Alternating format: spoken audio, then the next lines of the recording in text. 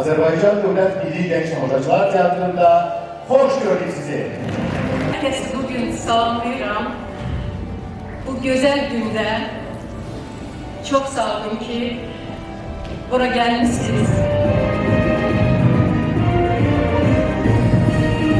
Tepeden dırnağa çıksın, bırakalım peşeşak.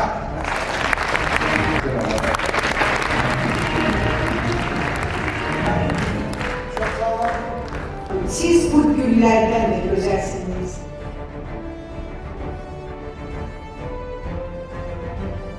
Zelfira Hanım'ın sənətinə uyğun bir insan. Xarici festivallarda iştirak edip ödüller aldı. O cümleden de çok güzel tamaşaçı kütlesi topladı. Volkan'ın Cehennem Mektupları tamaşası. Fərman böyüyür. Yaraşıqlı, qulaq istəmədə də yaraşıqlı, ağıllı olan atası İbrahim kimi, mənim qardaşım kimi.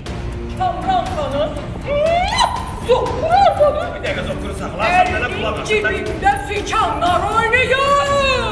Minnətdarlıqla qəbul elə. Necə yaşamısan, elə də əvəzini alacaqsan. Ay sen! Qavravuca! Ay oğlum! Ay oğlum! Sen neydin? Sen beni niye anlattın? Ay oğlum!